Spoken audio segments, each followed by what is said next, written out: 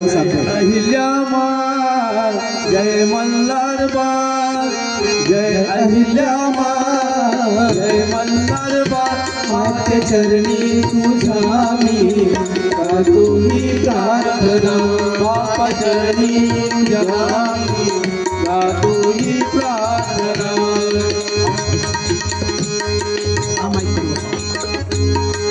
अवतार तू शक्तीचा, अवतार तू जगाचा, अवतार तू शक्तीचा।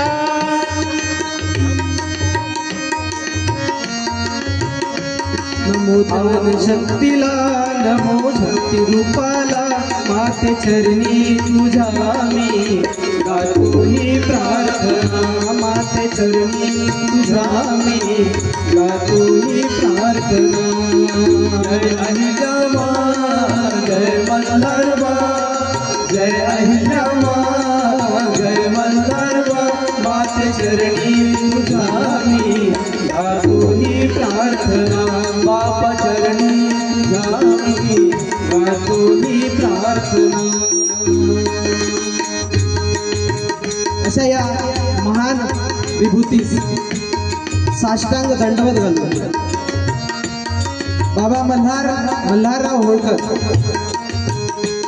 अतिशय पराक्रमी महात्मा यशवंतराव होळकर या सर्व महात्म्यांना वंदन करू।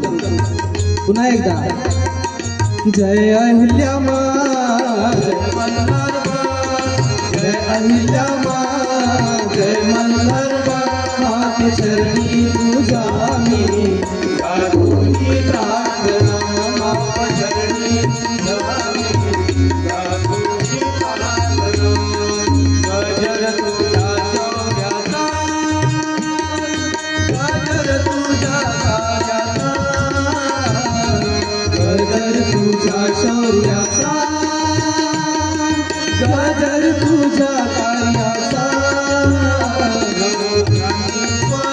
नमो शांतीला, माते चरणी तुझा मी गातोही प्रार्थना, बापा चरणी तुझा मी गातोही प्रार्थना, माते चरणी तुझा मी गातोही प्रार्थना। आज सर्वत्र मोठ्या उत्साहाने ही जयंती साजरी होते। आजचा दिवस म्हणजे स्त्रीने आपल्या आयुष्यामध्ये थोडं मागं वळून पाहण्याचा, आपल्यामध्ये जी ताकद आहे, आपल्यामध्ये जी शक्ती आहे, त्या शक्तीचा अनुभव घेण्याचा। कारण माता अहिल्या देवी जर 41 वर्ष राज्य करते या भारतवर्षात, त्या अहिल्या देवीच्या होळकर कुटुंबाने जवळपास मध्य भारतामध्ये 222 वर्ष राज्य, आणि छोट्या मोठ्या राज्यावर संपूर्ण भारतवर्ष त्यांच्या ताब्यात होता। दिल्लीचा सुलतान सुद्धा मल्हारराव होळकरांचा अंकित होता, त्याच्या ताब्यामध्ये होता। जसं म्हणेल मल्हारराव होळकर, जसं म्हणेल तसं तो दिल्लीचा सुलतान करत होता, आणि त्याला ते करावं लागत होतं। म्हणून अहिल्यादेवी, जेव्हा अहिल्यादेवींचे पती मरण पावले खंडेराव, तेव्हा सती जाण्याचा प्रसंग अनुभव आला, आणि तेव्हा एक सासरा आपल्या सुनेपुढे आर्जव करून विनंती करतोय की अहिल्या, तू सती जाऊ नको। का नको जाऊ? कारण तू जर गेली तर मला कोण, मी कोणाकडे पाहून जाऊ? मल्हारराव होळकर म्हणताय, आपल्या सुनेला विनंती करताय की तू सती जाऊ नको, तुला जगावं लागेल, आणि जगावं लागेल फक्त माझ्यासाठी नाही, तर या संपूर्ण जनतेसाठी, या माळवा प्रांतासाठी, या भारतवर्षासाठी तुला जगावं लागेल। आणि तू जर गेली तर हा सर्व धिंगाणा झाल्याशिवाय। एक लेखक असाही म्हणतो की जर अहिल्यादेवी त्या काळामध्ये सती गेल्या असत्या तर कदाचित त्या भारतवर्षाचं हे जे राष्ट्र भारतीयत्व आहे ते सुद्धा सती गेलं असतं कदाचित। परकीय राज्यसत्ता आक्रमित झाली असती, परकीय राज्यसत्तेने संपूर्ण भारत देश गिळंकृत केला असता, म्हणून भारतीयत्व हेच सती गेलं असतं। आणि हे न होऊ देता आई अहिल्यादेवीने सासऱ्याचं म्हणणं ऐकलं आणि सती न जाण्याचा निर्णय घेतला। म्हणून पुन्हा पुन्हा अहिल्या देवीच्या नावाचा आज गजर होणं आवश्यक आहे. जय अहिल्याबा जय मल्हारबा जय अहिल्याबा जय मल्हारबा माझे चरणी तुझ्या मी गातो ही प्रार्थना बाबा चरणी तुझ्या मी गातो ही प्रार्थना. अवतार तुझ्या गाचा अवतार तू शौर्याचा अवतार तू शक्तीचा अवतार तू जगाचा. नमो शक्ती रूपाला नमो त्यागमूर्तीला माझ्या चरणी तुझ्या मी गातो ही प्रार्थना बाबा चरणी तुझ्या मी गातो ही प्रार्थना माझ्या चरणी तुझ्या मी गातो ही प्रार्थना. अहिल्यादेवीचं एवढं जे जीवन 41 वर्ष अहिल्यादेवीने राज्य केलं या भारतवर्षावर. खरंच एवढं सोपं होतं? आपण जे जीवन जगतो आहे साधं सोपं ते एवढं सोपं होतं का? नाही. घरातल्या सगळ्या लोकांच्या मयती अहिल्यादेवीने पाहिल्या. पहिले नवरा मरण पावला, मग सासरा मरण पावला, मग जावई मरण पावला, पोरगी मरण पावली, नातू मरण पावला. सगळं खानदानच्या खानदान नष्ट झालं. कोणीही खानदानामध्ये शिल्लक राहिलं नाही. तरीही मोठ्या ताकदीने स्वतः सैनिकाचा पोशाख करून तलवार हातात तलवार घेऊन दांडपट्टा घेऊन पुरुषासारखी घोड्यावर बसून आपला संपूर्ण राज्य पायाखालून घालणारी ही महान स्त्री आहे. आणि म्हणून तिची जयंती 300 वर्षानंतर साजरी होते. आपण आपल्या घरातल्या बाप दाद्याचं आजोबा पंजोबाचंही नाव घेत नाही. काऊन नाही घेत? कारण त्याचं कार्य त्या घरापुरतं मर्यादित असतं. परंतु ह्या महात्म्यांनी जे आपलं आयुष्य झटवलं, आपलं आयुष्य खर्ची घातलं, ते तुमच्या आमच्यासाठी, तुम्हा आम्हाला मोकळा श्वास घेता यावा, तुम्हा आम्हाला शांततेनं जगता यावं, यासाठी या लोकांनी आपलं आयुष्य खर्ची घातलं. आणि म्हणून गजर तुझ्या ज्ञानाचा गजर तुझ्या ज्ञानाचा गजर तुझ्या ज्ञानाचा गजर तुझ्या ज्ञानाचा. नमो शांती रूपाला नमो शांती रूपाला माझ्या चरणी तुझ्या मी गातो ही प्रार्थना बाबा चरणी तुझ्या मी गातो ही प्रार्थना. जय अहिल्याबा जय मल्हारबा जय अहिल्याबा जय मल्हारबा माझ्या चरणी तुझ्या मी गातो ही प्रार्थना बाबा चरणी तुझ्या मी गातो ही प्रार्थना माझ्या चरणी तुझ्या मी गातो ही प्रार्थना. भारतीय इतिहासामध्ये 2 अहिल्या होऊन गेल्या. एक अहिल्या आपल्याला माहित असेल, एक अहिल्या जी शिळा झाली, गौतम ऋषीची पत्नी, पुराण काळामध्ये अहिल्या प्रसिद्ध झालेली आहे. ती इंद्राने तिच्यावर अत्याचार केला, नवऱ्याने तिला शाप दिला की पतीच्या व्यतिरिक्त दुसऱ्या पुरुषाशी तू सहगमन केलं, त्यामुळे तू भ्रष्ट झालेली आहे. तिचा काहीही दोष नसताना नवऱ्याने तिला शाप दिला आणि तिचं जीवन एखाद्या दगडागत तिला व्यतीत करावं लागलं. म्हणजे एका पुरुषाच्या शापाने एक अहिल्या दगड बनली आणि संपूर्ण आयुष्यामध्ये नीरस जीवन तिनं जगलं. आणि एक अहिल्या गौतम ऋषीची पत्नी अहिल्या रामाच्या पदस्पर्शाने ती जिवंत झाली. 2 अहिल्यामधला फरक लक्षात घ्या. आपण कोणत्या अहिल्याचं स्मरण केलं पाहिजे? एक अहिल्या अशी अगतिक अहिल्या होती, एक अहिल्या अशी कमकुवत होती, अशी कमजोर होती की नवऱ्याच्या शापाने नवरा सोडून गेला, म्हणून अतिशय लाचारीचं जीवन जगत होती, अतिशय निस्तेज जीवन जगत होती. आणि जेव्हा रामचंद्र तिकडून फिरता फिरता आले आणि त्यांनी त्यांची समजूत काढली, तेव्हा कुठे तिच्यातलं माणूस पण जिवंत झालं. परंतु ही अहिल्या, त्या अहिल्याचा एका देवाने स्पर्श केला म्हणून ती जिवंत झाली. परंतु ही अहिल्या, हिचं चरित्र जर तुम्ही पाहाल तर हिच्या स्पर्शाने देवता जिवंत झाला. देवी देवता जिवंत झाले. तुम्ही म्हणाल कसं?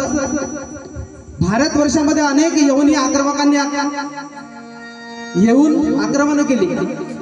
मोहम्मद बिन कासिम 7व्या शतकामध्ये आला. मोहम्मद घुरी, मोहम्मद तुगलक भारतात आला. अल्लाउद्दीन खिलजी आला. या सगळ्यांनी येऊन भारतवर्षाची नासधूस केली.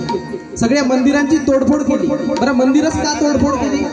कारण मंदिरामध्ये मंदिराच्या भिंती सोडल्या आणि म्हणून त्या मंदिराची तोडफोड केली. लोकांचा विश्वास डामाडोल झाला. लोकांना असं वाटायला लागलं की आता आपलं काहीतरी गेलं, आपल्यामध्ये काही शक्ती राहिलेली नाही. आणि अहिल्या देवीने असं एकही ठिकाणी या भारतवर्षात नाही की जिथे अहिल्या देवीने सुधारणा केल्या. संपूर्ण भारतवर्षात जर सुधारणा केली असेल तर ती ही क्रांतिमाता, राजमाता, पुण्यश्लोक अहिल्या देवी ओळखत. आणि यांनी त्या सुधारणा घडवून आणल्या. लोकांची जगण्याची प्रेरणा दिली. लोकांना जगण्याची प्रेरणा दिली, उमेद निर्माण केली. आणि म्हणून हा जो जागर आहे, हा गोंधळ आहे, हा गोंधळ जिकडे तिकडे आम्हाला का करावा लागतो? की अहिल्या देवीचं चरित्र तुमच्या आमच्यापर्यंत करता आलं पाहिजे. आम्ही गोंधळी गोंधळी अहिल्या देवीचे गोंधळी, आम्ही गोंधळी गोंधळी अहिल्या देवीचे गोंधळी. म्हणून मल्हार बाबाचे गोंधळी, यशोधराचे गोंधळी, आम्ही गोंधळी गोंधळी अहिल्या देवीचे गोंधळी, आम्ही गोंधळी गोंधळी अहिल्या देवीचे गोंधळी.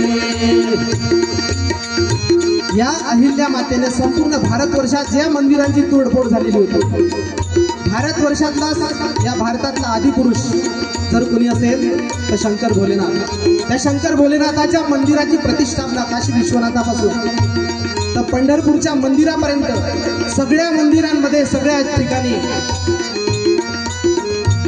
लोकांमध्ये जगण्याची प्रेरणा निर्माण जर कोणी केली असेल तर ती आहे राजमाता अहिल्या देवी. म्हणून तिला नमन करावं लागतं, म्हणून तिचा गोंधळ मांडावा लागतो. आम्ही गोंधळी गोंधळी अहिल्या देवीचे गोंधळी, आम्ही गोंधळी गोंधळी अहिल्या देवीचे गोंधळी. मल्हार बाबाचे गोंधळी, यशोधराचे गोंधळी, मल्हार बाबाचे गोंधळी, आम्ही गोंधळी गोंधळी अहिल्या देवीचे गोंधळी, आम्ही गोंधळी गोंधळी अहिल्या देवीचे गोंधळी. म्हणून हा गोंधळ अहिल्यादेवी होळकर जेव्हा त्यांच्याकडे राज्य आलं, कोणत्या परिस्थितीमध्ये राज्य केलं? ही परिस्थिती अतिशय बिकट होती. आपण जर विचार केला, याच्या इतिहासाचं जर वाचन केलं तर आपल्या लक्षात येईल की अहिल्यादेवी ज्या काळामध्ये ज्या काळामध्ये त्यांच्या हातामध्ये राजसत्ता होती, तो काळ संपूर्ण भारतवर्षात अनागोंदीचा काळ होता. संपूर्ण भारतवर्ष लूटमारीने किंवा एकमेकाच्या खून खटल्याने गाजलेला होता. एकमेकाचा खून केला जात होता. राजवंशामध्ये यादयुद्ध चाललेले होते. आणि अशा याच्यामध्ये, अशा भारतवर्षामध्ये जर शांतता आणि सुव्यवस्था प्रस्थापित करण्याचं काम कोणी केलं असेल तर राजमाता अहिल्या देवी. राजमातेच्या सैनिकांना अनेक भारतवर्षामध्ये जन्माला आलेले अनेक थोर पुरुष, अनेक महात्मे जर एकत्र तुम्हाला पाहायचे असेल तर अहिल्या देवींचं चरित्र आपल्याला वाचायचं. शिवाजी राजांचं चरित्र याच्यामध्ये दिसतं. अहिल्या देवीमध्ये शिवाजी राजांचं चरित्र कसं दिसतं आपल्याला? अहिल्या देवीने आपल्या सैनिकांना सांगून ठेवलं होतं, खबरदार, तुम्ही माझ्या शेतकऱ्याच्या भाजीच्या देठाला जरी धक्का लावाल ना. शिवाजी राजांची वंशज होती. शिवाजी राजांची खऱ्या अर्थानं वारसदार होते. सगळ्या सैनिकांना सांगून ठेवलं होतं, सगळ्या जहागीरदारांना, मनसबदारांना सांगून ठेवलं होतं, ताकीद दिली होती की माझ्या शेतकऱ्याच्या बांधावरून तुमचे घोडे जर जात असेल, तुमची सेना जात असेल तर त्याच्या पिकाला एवढूसाही जर धक्का लागला तर गाठ माझ्याशी गिरीची खरी. आणि म्हणून खऱ्या अर्थाने शिवाजी राजांची ही अहिल्या देवी गिरीची खरी किरीटा परी लहरी भगवा ध्वजा उगवला तारा तिमी लहरा गरजा शिवाजी राजा उगवला उगवला तारा तिमिरहरा गरजा शिवाजी राजा उगवला तारा तिमिरहरा गरजा शिवाजी राजा तिमिरा तुम्ही तेजाकडे प्रभू आमुच्या नेची जनसामान्यांमध्ये जो अंधकार पसरलेला होता अहिल्या मातेच्या जीवनामध्ये जर आपण पाहिलं सगळ्याच्या सगळ्या माहिती झाल्या घनदाट काळोखाने भरलेलं तिचं आयुष्य होतं परंतु त्या काळोखाकडे त्या काळोखाला घेऊन न जाता आपली कर्तव्यनिष्ठा अजिबात कसू बरही ढळू न देता मला काय करायचं आहे माझं आयुष्य कशासाठी आहे युगा युगाचा गडद अंधार युगा युगाचा गडद अंधार यौवनाच्या करी करी सरदार यौवनाच्या करी करी सरदार मराठा मर्दा होऊन खुर्द मराठा मर्दा होऊन खुर्द छाटल चतुर्थ भुजा अहो छाटल चतुर्थ भुजा उगवला तारा तिमिरहरा गरजा शिवाजी राजा उगवला तारा तिमिरहरा गरजा शिवाजी राजा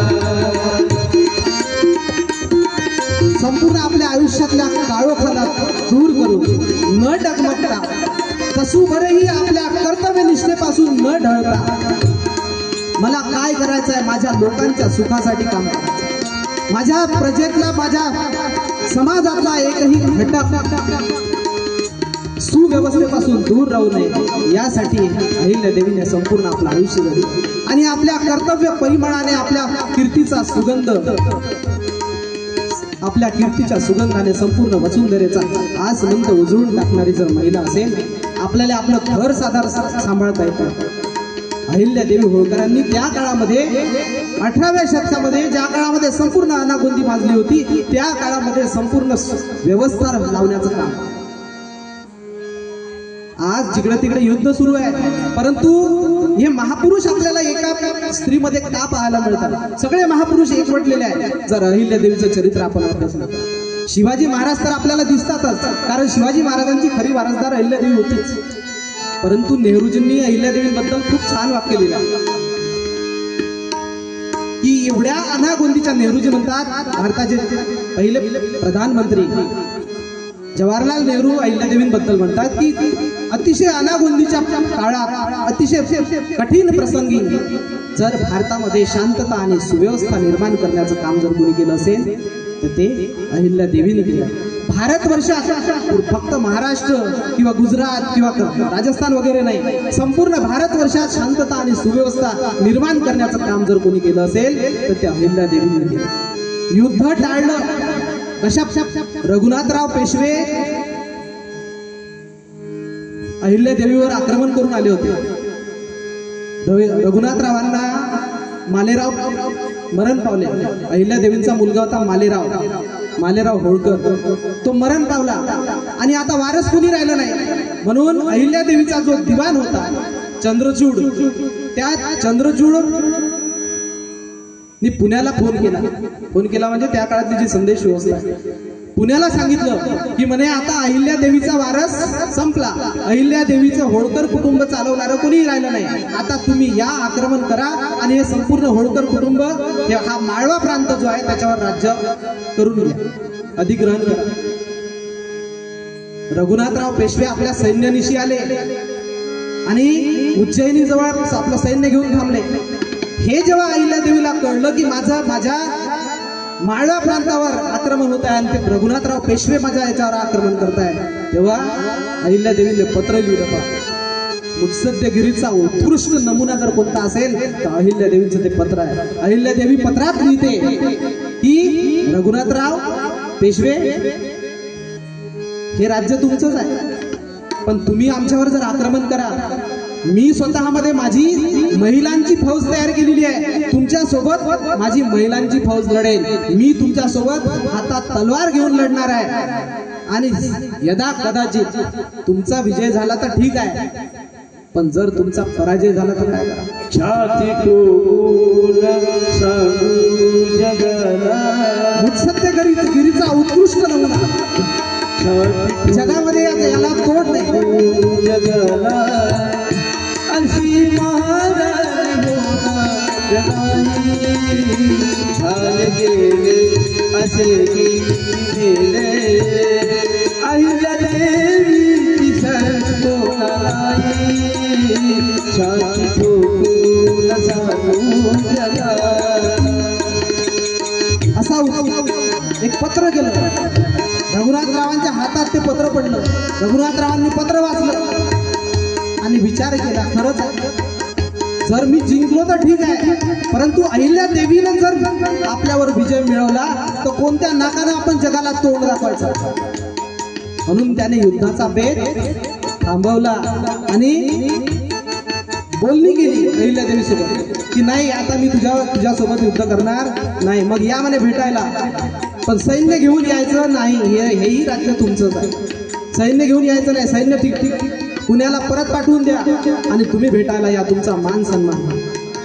लोक म्हणतात बुद्ध मरण पावले, बुद्धाचं महापरिनिर्वाण झालं. बुद्ध कधी मरत नाही. बुद्ध जर पाहायचे असेल खऱ्या अर्थाने तर अहिल्या देवीमध्ये दिसतात. कारण ही मनाने प्युअर आहे, मनाने पवित्र आहे.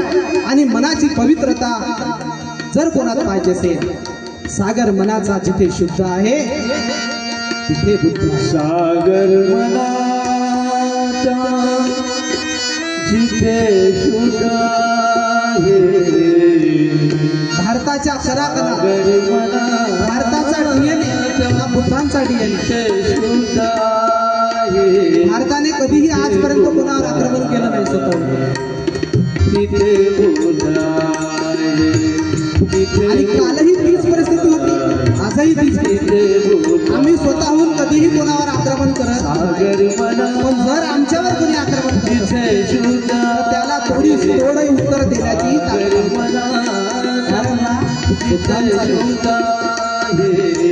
तिथे बुद्ध आहे, तिथे बुद्ध आहे, तिथे बुद्ध आहे, तिथे बुद्ध आहे. सागर मनाचा जिथे शुद्ध आहे तिथे बुद्ध आहे. आणि ती पवित्रता, ती शुद्धता माझ्या अहिल्या मातेमध्ये भेटते. कारण मनाची शुद्धता याच्यापेक्षा दुसरी शुद्धता कोणतीही असू शकत नाही. अहिल्या देवीजवळ एवढी प्रॉपर्टी होती, पण अहिल्या देवीचं एक वाक्य होतं. काय वाक्य होतं? ही संपूर्ण धनसंपत्ती माझ्याजवळ जेवढी संपत्ती आहे ती माझी नाही, ती या लोकांची आहे. असतो का असा राजकारणी? अरे तुम्ही जिल्हा परिषद पंचायत आमदार खासदार तर वेगळी गोष्ट राहिली. जिल्हा परिषद पंचायत समिती सदस्य जरी बनला ना तर त्याची 5 वर्षात कुठच्या कुठं चालू जाते. आणि अहिल्या देवींचं काय वाक्य होतं, काय स्टेटमेंट होतं? ही संपत्ती माझी अजिबात नाही, ही सगळी माझ्या प्रजेची आहे. प्रजेची संपत्ती प्रजेसाठी मी वापरत आहे. आणि त्याच्यातूनच जर मी काही 1-2 भाग मी घेत असेल तर ते माझ्यावर उधारी आहे. ती प्रजेची माझ्यावर असलेले माझ्यावर उपकार आहे. असतो का असा राजकारणी? आज एक आमदार जरी बनला आणि त्याच्यानंतर 5 वर्षानंतर त्याची प्रॉपर्टी पाहिली, कोणत्याही सरकारमधली कोणतीही यंत्रणा ती प्रॉपर्टी मोजत नाही. तुझ्या हाती तूप आलं, तुझ्या हाती साय न समाजाचं काय रे गड्या. वामनदादा कर्डक छान लिहितात. अरे तुझ्या हातामध्ये तूप आलं, तुझ्या हाती. आजच्या राजकारण्यांना अहिल्या देवींचं चरित्र सांगणं गरजेचं. हाती तूप आलं, तुझ्या हाती समाजाचं काय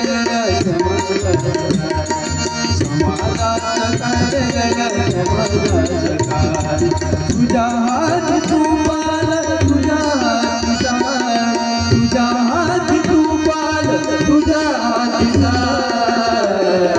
समाजाचं काय रे गड्या, समाजाचं काय, समाजाचं काय रे गड्या, समाजाचं काय.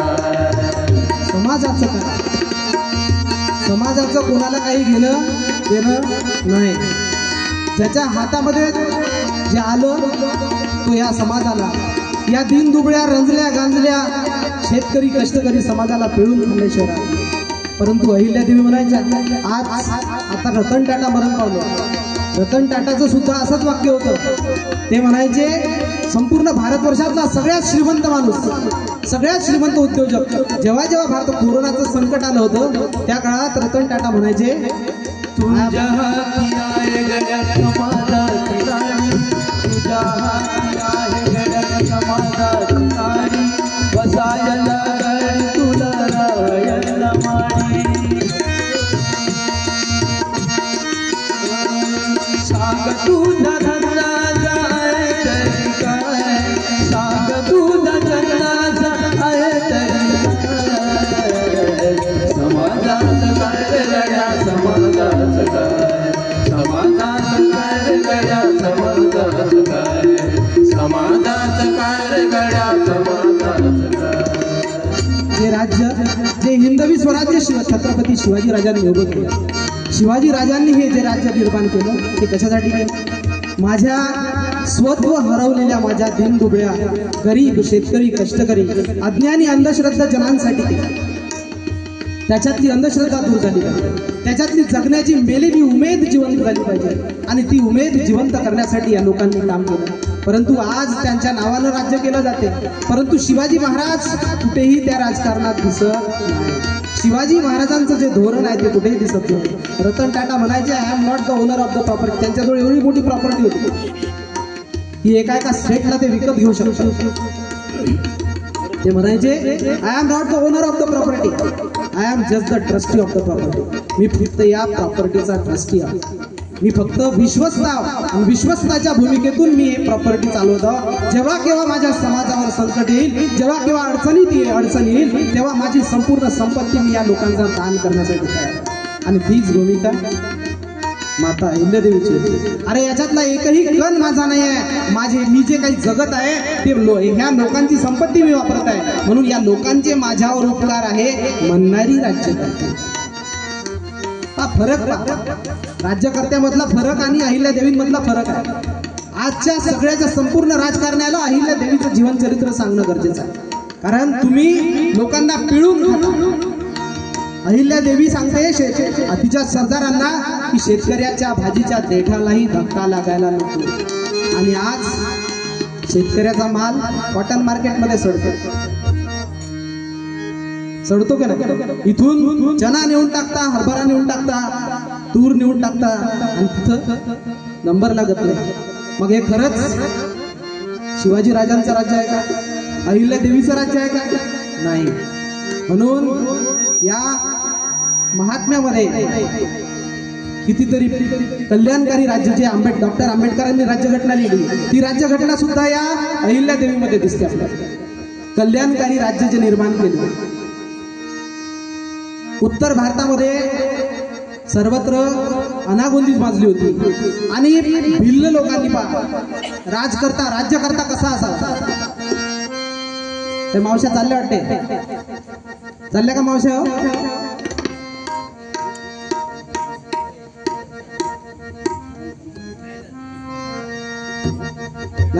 जाईल जाऊ दे, मावश्या वाटतात घरी.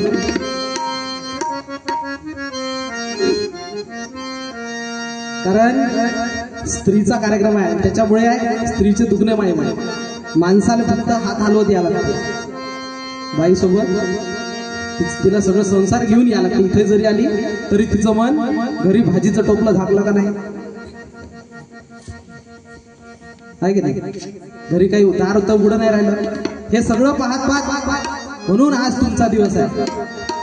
म्हणून तुमच्या नावात अहिल्या अहिल्या अहिल्या माझी राणी होळकर, अहिल्या संतोष भाऊसाठी टाळ्या वाजवा. राणी होळकर, केसाला पिवळा पितांबर पगडी घातली सुंदर, केसाला पिवळा पितांबर पगडी घातली सुंदर.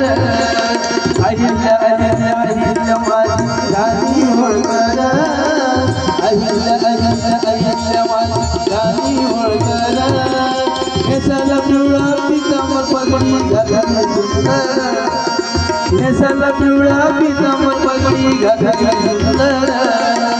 अहिल्या अहिल्या अहिल्या माझी राणी होळकर, अहिल्या अहिल्या अहिल्या माझी राणी होळकर.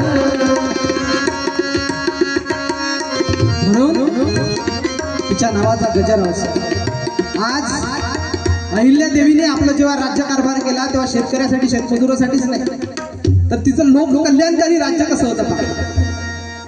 जिथे जिथे नद्या आहेत त्या नद्यांवर घाट बांधले. भारतवर्षात असं एकही ठिकाण नाही की जिथे अहिल्यादेवीने सुधारणा केल्या नाही. प्रत्येक नदीवर घाट बांधले. लोकांसाठी हिवाळा जर असेल लोकांसाठी घोंगड्या दिल्या.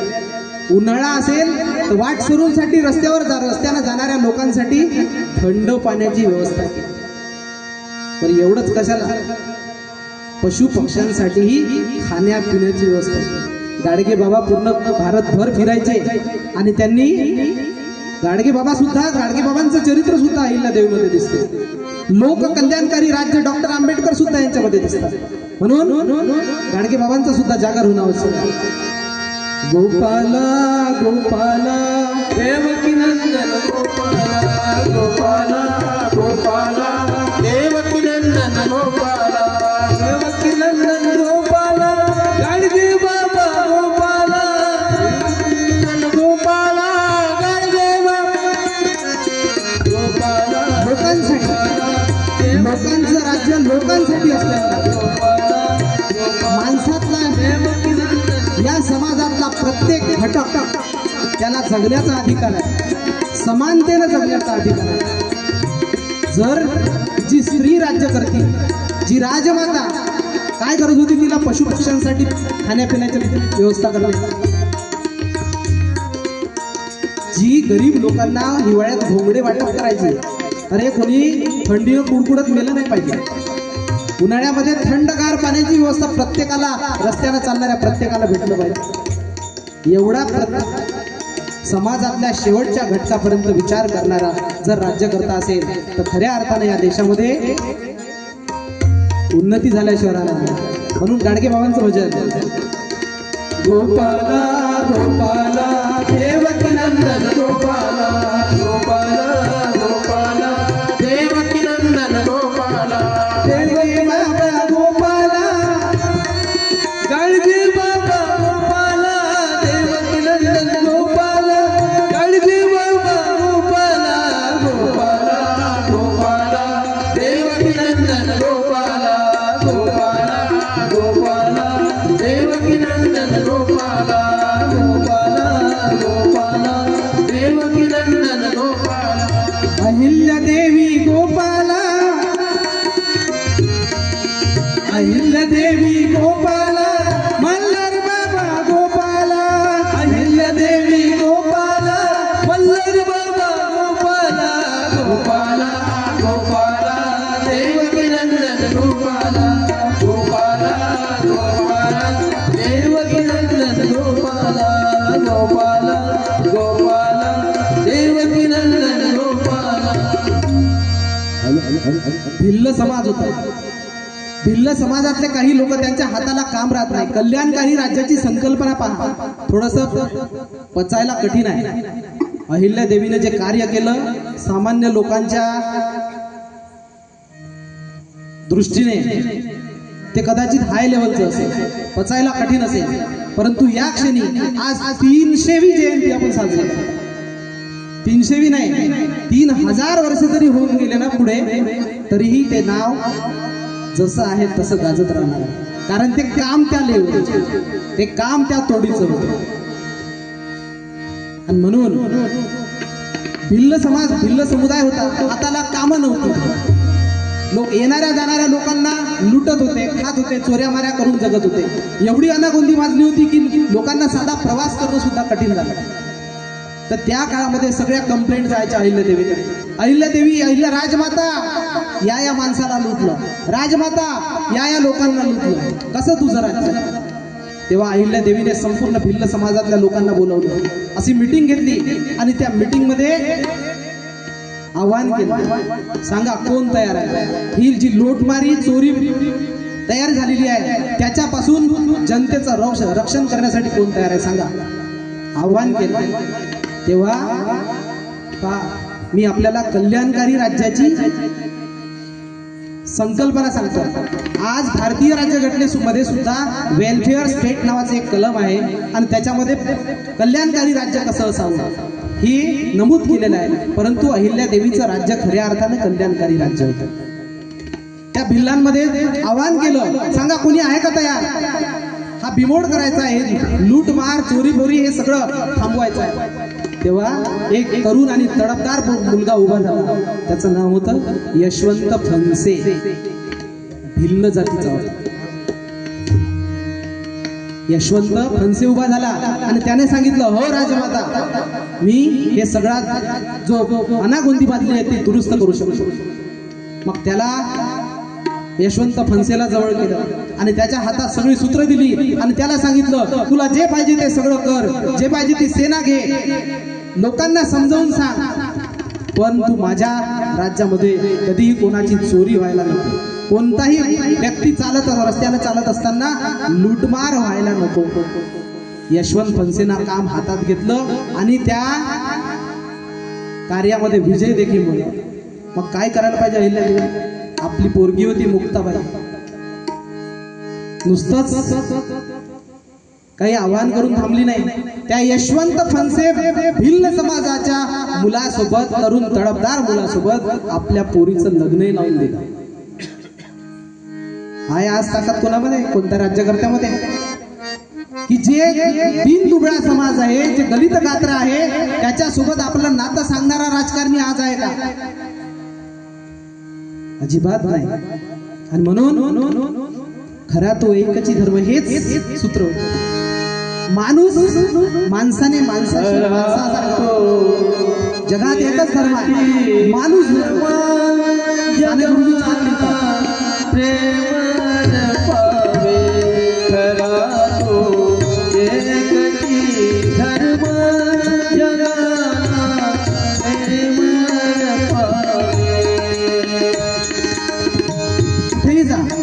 जगाच्या कानाकोपऱ्यात कुठेही गेला तरी माणसाने जर माणसाशी माणूसपणाने जर वागलं नाही तर तो अधर्म ठरतो.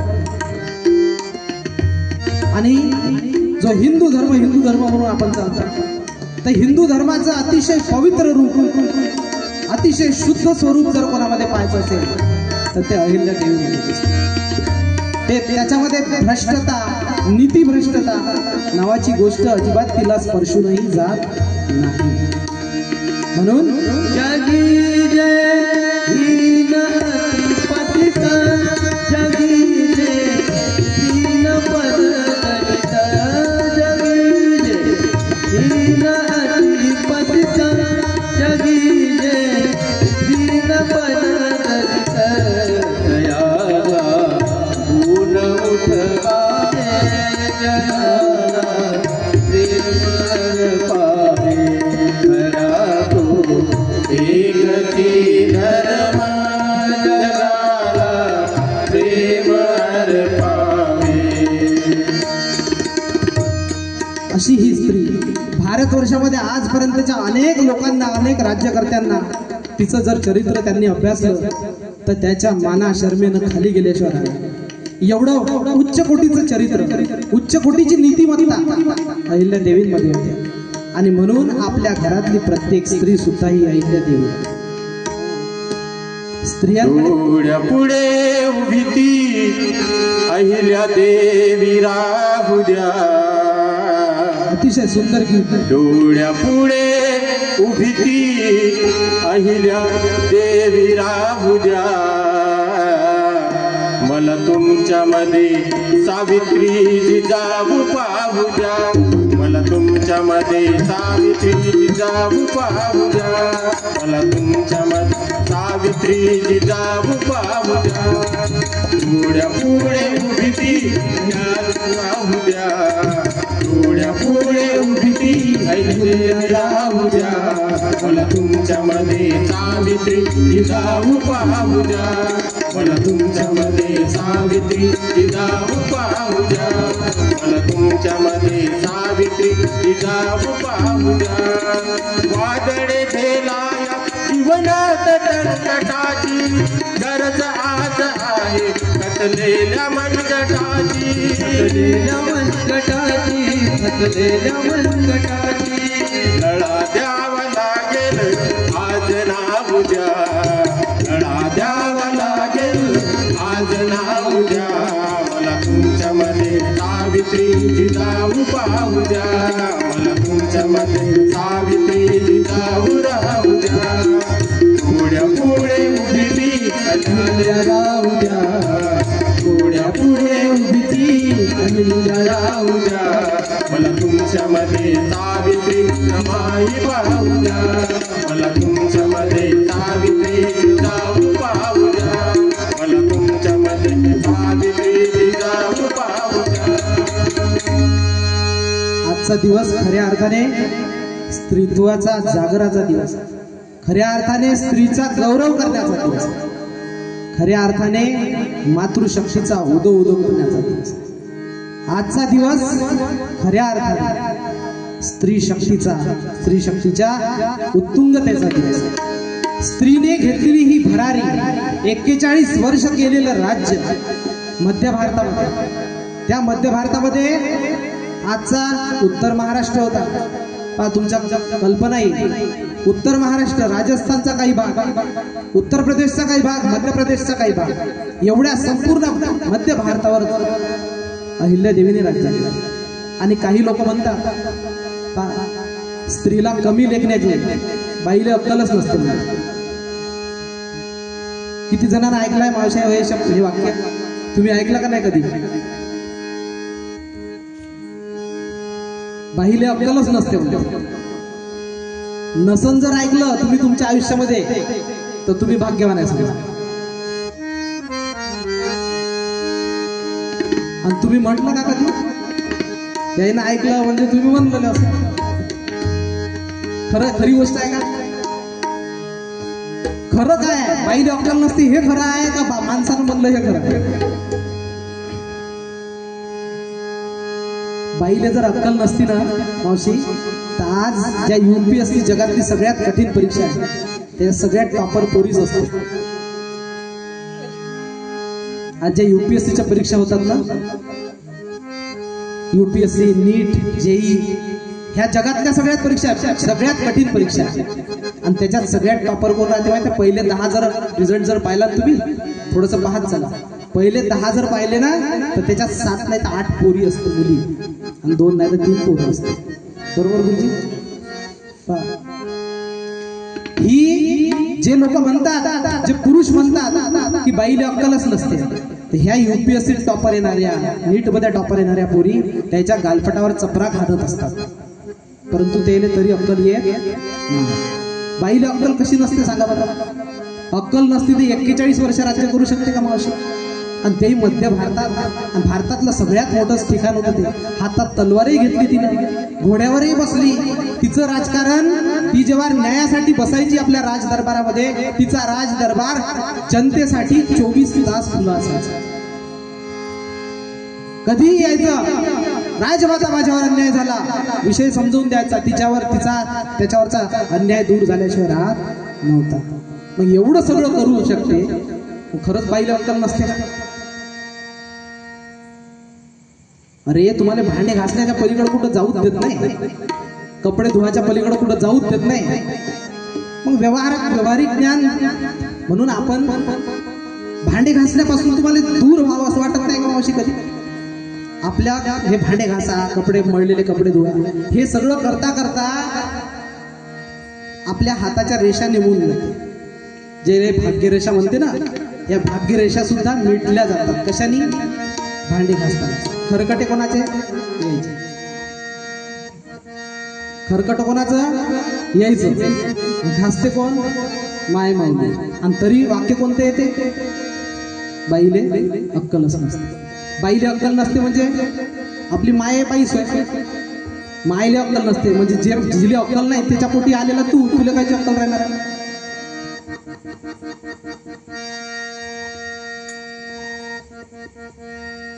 हे वाक्य उच्चारणं म्हणजे अहिल्यादेवीचा अपमान करणं.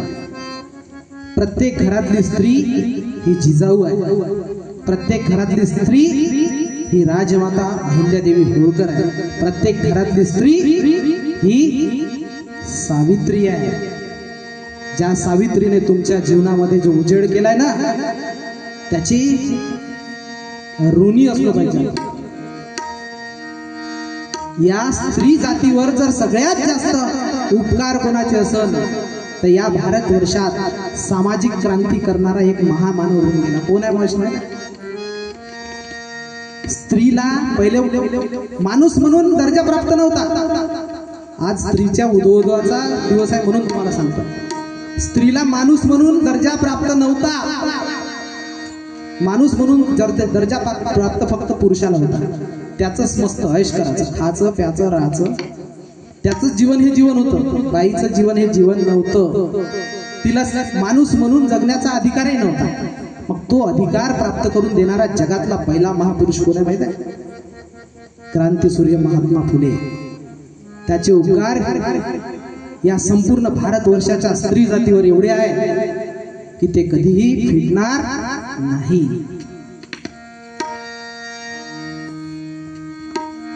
कधी कधी कधी कधी सावित्रीबाईचं कधी वाचलं का मावशी? सावित्रीबाईनं काय केलं आपल्यासाठी? फक्त भोगाची वस्तू होतो आपण. स्त्री ही पुरुषाच्या फक्त चैनीची वस्तू होती. कशासाठी? तिचा वापर करून घ्यायचा, तिच्याकडून भांडे घासून घ्यायचे, तिच्याकडून सगळं करून घ्यायचं, सगळा फक्त उपयोग करून घ्यायसाठी स्त्री होती. अरे सगळ्यात पहिले तुमच्या क्रांतीचा झेंडा जर कोणी रोवला असेल तर तो महामानव क्रांतीसूर्य ज्योतिबा फुलेंनी रोवला. आणि नंतर ही क्रांती सुरू झाली. नंतर तुम्ही आम्ही शिकायला लागलो. नंतर बापाच्या इस्टेटीमध्ये पोरीला वारसा हक्क मिळायला लागला. कोणामुळे? क्रांतीसूर्य ज्योतिबा फुलेमुळे. पण आपण ज्योतिबा फुले वगैरे काही नाही, असं ते बनते माळ्याचे. हे महामानव अहिल्यादेवी कोणत्या जातीची राहू शकत नाही. तिचे संपूर्ण भारतवर्षावरच नव्हे तर संपूर्ण भारतवर्षाच्या प्रत्येक माणसावर उपकार आहे. कारण तिनं जर राज्य टिकवलं नसतं तर इतिहासकार असे म्हणतात की ही भारतातली लोकशाही आणि भारतातलं भारतीयत्व हे सती गेलं असतं. परंतु विश्वास ठेवला पाहिजे ना मावशी. पोरीले अक्कल नसते म्हणते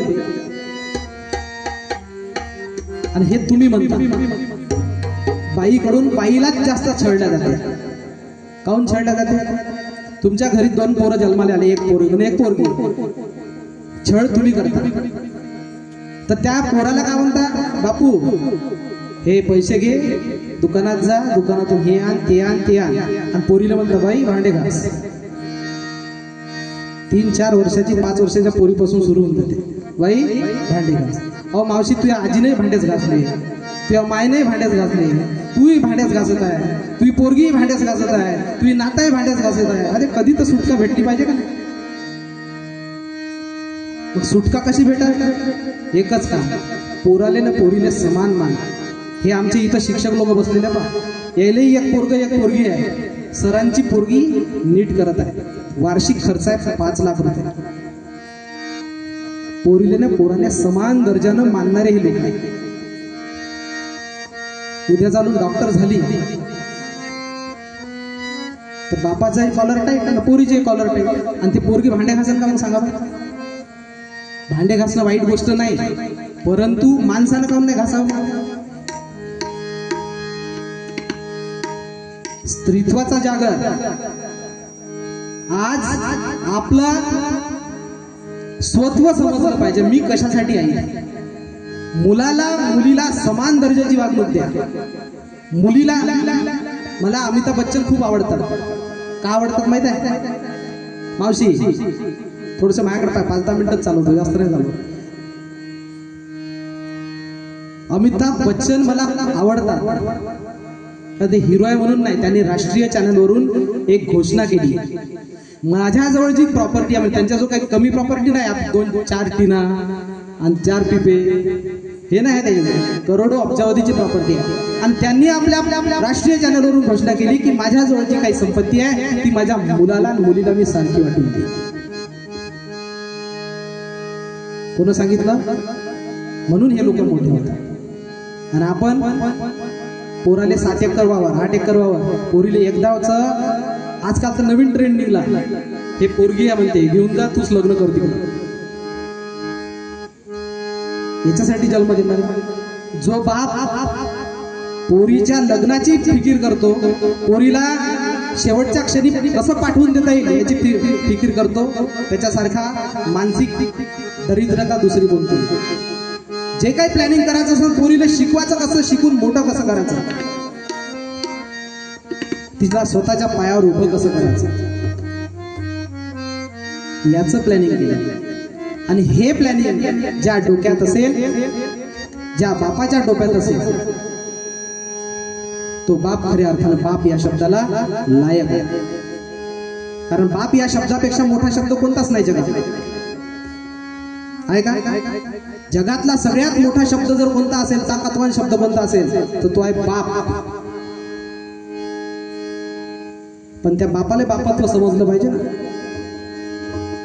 बरोबर? आणि तेव्हा कुठे अहिल्या जन्माली, तेव्हा पोरगा मेला आणि मल्हारराव होळकर म्हणते, बाई अहिल्या तूच माझा मुलगा आहे, तू सती जाऊ नको, तू गेल्यावर कोण पाहिजे माझ्याकडे. एका सासऱ्यानं विश्वास ठेवला तर अहिल्या जन्माला. एका बापानं विश्वास ठेवला, पोरीवर विश्वास ठेवून पहा. एका बापानं विश्वास ठेवला तर जिजाऊ जन्माला आली. कशी? लखुजी जाधवानं मावशी पोरगी जन्माला आली तर हत्तीवरून साखर वाटली होती संपूर्ण राज्यात. हत्तीवरून साखर वाटली होती आणि हत्तीवरून साखर वाटली. पोरीच्या जन्माचा गौरव केला म्हणून तिनं संपूर्ण महाराष्ट्रामध्ये यादवी यवनी सत्तेला पालथवून टाकला आणि स्वराज्य निर्माण केलं. एक बाप अजूनही होऊन गेला या देशामध्ये, जवाहरलाल नेहरू. त्यांनी आपल्या पोरीवर विश्वास ठेवला. त्याची पोरगी या भारतातली सगळ्यात पॉवरफुल प्राईम मिनिस्टर झाली. जगात आजपर्यंत मला तरी वाटत नाही की इंदिरा गांधी एवढा ताकदवान प्राईम मिनिस्टर या भारताने पाहिला असेल. खरंच सांग मावशी, बाईला अक्कल नसते का? अरे तिच्या एवढा बुद्धिमान कोणीच नाही आहे, परंतु तिच्यावर विश्वास ठेवून पहा. नवऱ्यानं विश्वास ठेवा, बापानं विश्वास ठेवण्याची उदाहरण आहे. सासऱ्यानं विश्वास ठेवणे, नवऱ्यानं विश्वास ठेवला तर काय तयार झालं? सावित्रीबाई तयार झाली. पण तिच्यावर एक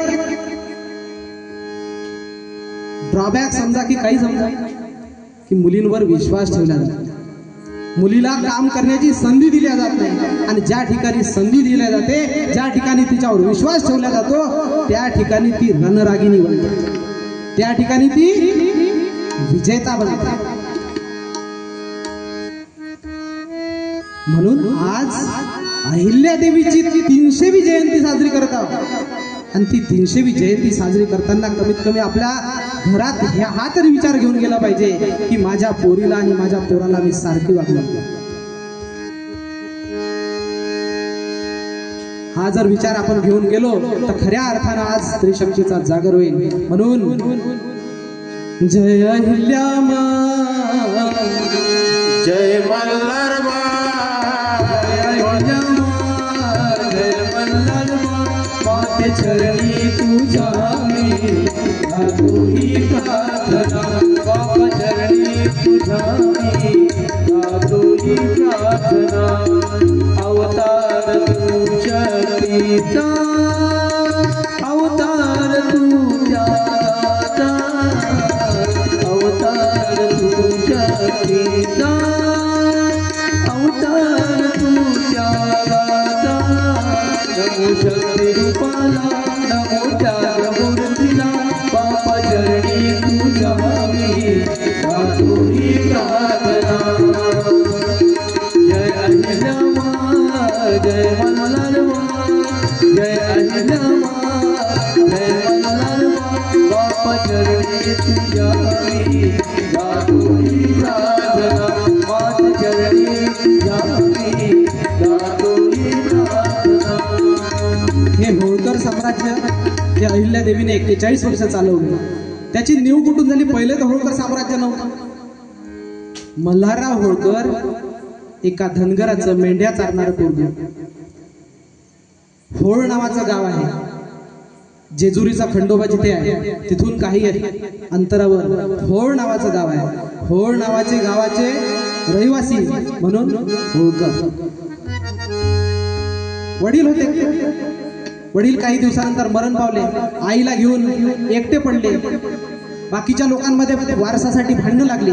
मग आईनं काय करावं, मल्हाररावच्या खानदेशामध्ये तळोदा नावाचं गाव आहे, तिथे मामा राहायचे. मामाकडे गेले. मामा ताराबाई, महाराणी ताराराणी जी होती त्याच्या सैन्यामध्ये सैनिक होते. हा तिथे जाऊन मामा जेव्हा लढाईवर जायचे तेव्हा मल्हार, छोटा मल्हार तिथे सुद्धा शेळ्या मेंढ्याचा. काही दिवसानंतर 8-9 वर्षाचा असताना मल्हारची आई सुद्धा मरण पावली. तेव्हा मामाला वाटलं नाही, पोराचं काहीतरी करायला लागतं, म्हणून शेळ्या मेंढ्या राखणं बंद करून टाकलं आणि त्याच्याकडे घोडे पाळणं लागले. आणि घोडे पाळता पाळता घोड्यावर बसणं सुरू झालं, घोड्यात तलवार चालवणं सुरू झालं आणि दर्या कपारीतून विणणं सुरू झालं. हे सगळं करत असताना एक नेमाजी नावाचे एक सरदार होते, त्यांची नजर गेली, अरे हा पोरग तर खूप चपळ दिसतो, आणि म्हणून त्यांनी आपल्या सैन्यामध्ये घेतलं. 500 सैन्याचा मनसबदार बनवला. त्याच्यानंतर बाळाजी विश्वनाथ नावाचे पेशवे, त्यांच्याकडे त्यांचं लक्ष गेलं याच्यावर आणि त्यांना समजलं की हा इतिहास बदलवू शकतो. त्यांनी या मल्हारराव होळकरांना आपल्या सोबत घेतलं. मल्हारराव होळकरांनी असे काही कारनामे केले की ह्या 10-15 मिनिटात मी तुम्हाला सांगू शकत नाही. एक मेंढपाळाचं पोरगं, घरामध्ये कोणतंही बॅकग्राऊंड नाही, कोणत्याही प्रकारचं पूर्वीचं राजकारण नाही, आणि अशा परिस्थितीमध्ये जर तो एखाद्या राज्याचा राजा बनत असेल तर किती